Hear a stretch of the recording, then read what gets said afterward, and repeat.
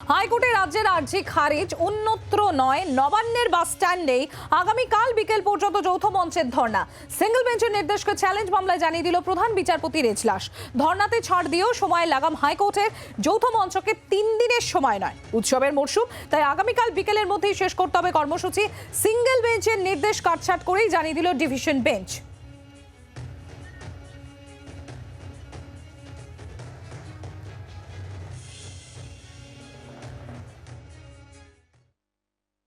সরকারের তরফ থেকে মূলত চেষ্টা করা হয়েছিল যাতে নবান্নে না হয়। আমরা ঘোরতর আপত্তি জানাই।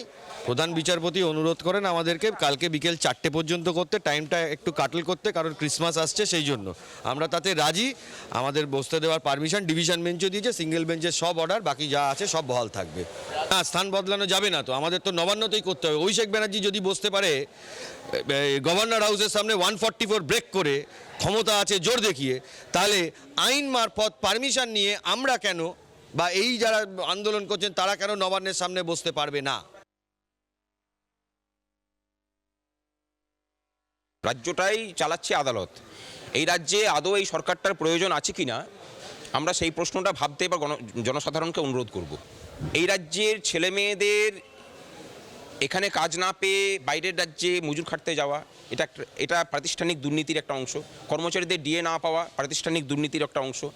সস্তায় অস্থায়ী চুক্তিতে নিয়োগ করে কর্মচারীদেরকে শোষণ করা, এই যে শোষণটা এই রাজ্যে চলছে, এই রাজ্যের মেধা সম্পদের, তাকে পরিবর্তন করার জন্যই দায়িত্বটা সরকারি কর্মচারী শিক্ষকরা নিয়েছেন, মানুষের অধিকারকে সুরক্ষিত করার জন্য। খুশি হওয়ার তো কারণ নেই।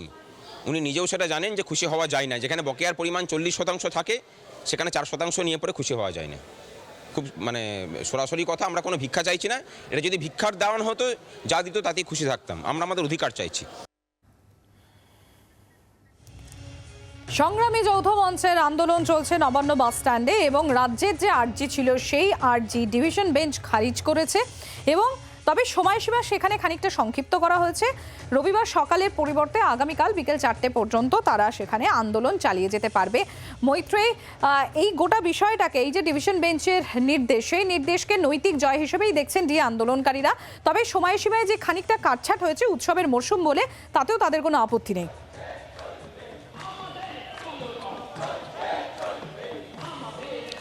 একেবারে দেখো, সম্প্রতি এই মুহূর্তে আমরা রয়েছি একেবারে নবান্ন বাস স্ট্যান্ডের, যেখানে সংগ্রামী যৌথ মঞ্চের যে অবস্থান সেটা চলছে।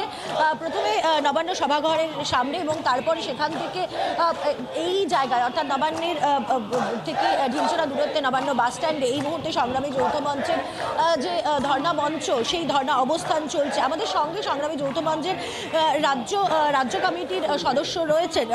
আমি একটুখানি জিজ্ঞেস করব আপনার থেকে, একদিকে আপনাদের আন্দোলনের অধিকার এবং আপনাদের আন্দোলন করতে দেওয়া বলা হয়েছে, আপনারা বলছেন সেটা আপনাদের নৈতিক জয়, কিন্তু তার পাশাপাশি মরশুম বলে, উৎসবের মরশুম বলে কালকে বিকেল পর্যন্ত সময় দেওয়া হয়েছে।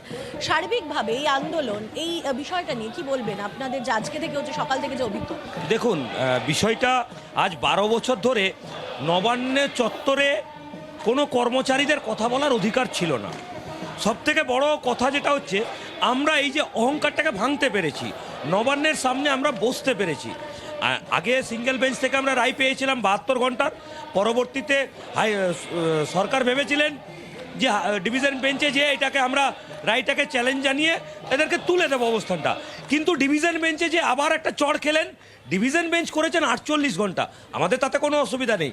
আমাদের যে লক্ষ্যটা ছিল যে ওনার অহংকারটাকে ভাঙতে হবে, নবান্নে আবার কর্মচারীরা যাতে ডেপুটেশন দিতে পারে, নবান্নে আবার যাতে কর্মচারীরা তাদের দাবি দেওয়া জানাতে পারে, সেই রাস্তাটা খুলে দেওয়া, সেই রাস্তাটা খুলেছে।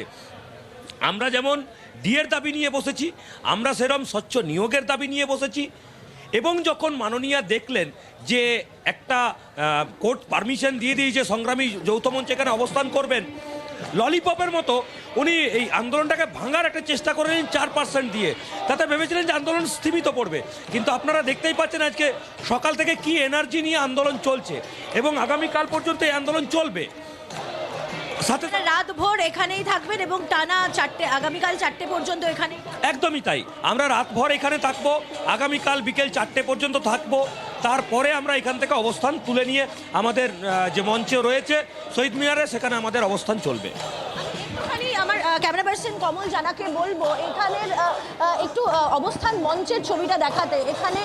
এখানে কিন্তু যে এনার্জি রয়েছে, স্লোগানিং চলছে এবং একে একে আন্দোলনকারীদের সঙ্গে এসে তাদের সঙ্গে যারা সহযোদ্ধারা রয়েছেন, যারা সরাসরি সংগ্রামী যৌথ মঞ্চের এই ধর্ণা মঞ্চের সঙ্গে হয়তো তারা যুক্ত নন, কিন্তু তারা আসছেন এবং তারা এসে তাদের সমর্থন যোগাচ্ছেন। কিছুক্ষণ আগে বিকাশ রঞ্জন ভট্টাচার্য তিনি এসেছিলেন, তিনি এসে তার সমর্থন জানিয়ে গিয়েছেন সংগ্রামী যৌথ মঞ্চের আন্দোলনকারীদের এবং তিনি তাদের আইনজীবীও বটে। ফলে বিকাশ রঞ্জন ভট্টাচার্য তিনি এসেছিলেন। এছাড়াও বিভিন্ন ক্ষেত্র থেকে যারা এই সংগ্রামী যৌথ মঞ্চের এই ধর্ণাটিকে সমর্থন করছেন তারা আসছেন, তারা সাপোর্ট জানাচ্ছেন, তারা এখানে বসছেন এবং যত দিন গড়াবে আপনারা কি আশা করছেন, কারণ 300 জনের এখানে বসার অনুমতি রয়েছে, কিন্তু আরও কি মানুষ, কারণ আমরা দেখতে পাচ্ছি মানুষ আসছেন, অনেকেই আসছেন আপনাদের সমর্থন। দেখুন, কোর্ট যেটা বলেছেন যে 300 জন ম্যাক্সিমাম, তার বেশি বসা যাবে না। আমরা সেটা মাথায় রেখেই আমরা এখান থেকে যারা আসছে কিছুক্ষণ থাকছে আবার আমাদের মূল মঞ্চে পাঠিয়ে দিচ্ছি, যাতে কোনোভাবে এখানে 300-র বেশি জমায়েতটা না হয়, যাতে আদালত অবমাননার দায় আমাদের নিতে না হয়। আমরা আচ্ছা, এই বিষয়টা এই মাথায় জায়গাটাই জানতে চাইবো, ওনারা যখন বলছেন আদালতের যে নির্দেশ রয়েছে অর্থাৎ 300 জনের বেশি যাতে জমায়েত না হয়, সমস্ত নির্দেশ তারা অক্ষরে অক্ষরে মানবেন। তো সেক্ষেত্রে আমরা প্রথমে দেখেছিলাম পুলিশের সঙ্গে কোন জায়গায় ধর্ণা হবে সেটা নিয়ে একটা মতানৈক্য তৈরি হয়েছিল এবং সেই নিয়ে বাকবিতণ্ডা হয়, তর্কাতর্কিও হয়। অবশেষে তারা খানিকক্ষণভাবে কিছু অস্থায়ীভাবে তারা ব্রিজের নিচে ছিলেন এবং যেখানে নবান্ন বাস স্ট্যান্ডে পরে সেটা স্থানান্তরিত হয়। আলটিমেটলি এই বিষয়টিকে নিয়ে তারা কি ভাবছেন, কারণ এরপর যদি আরো মানুষের জমায়েত হয় সেটা 300 জনের মধ্যে হলো, সেক্ষেত্রে আবার কি তারা জায়গা পরিবর্তন করবেন বা স্থানান্তর করবেন, এরকম কোনো বিষয় রয়েছে তাদের চিন্তা ভাবনা?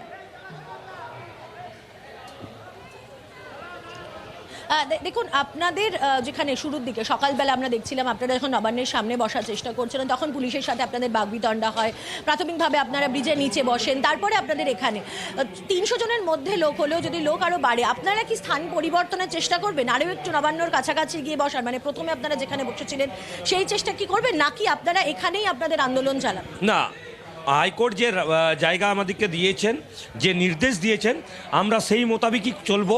আমরা 300-র বেশিও এখানে সংখ্যা বাড়াবো না। যতই জমায়েত আসুক আমরা রোটেশনালি করে প্রয়োজন হলে মূল মঞ্চে তাদেরকে পাঠিয়ে দেব।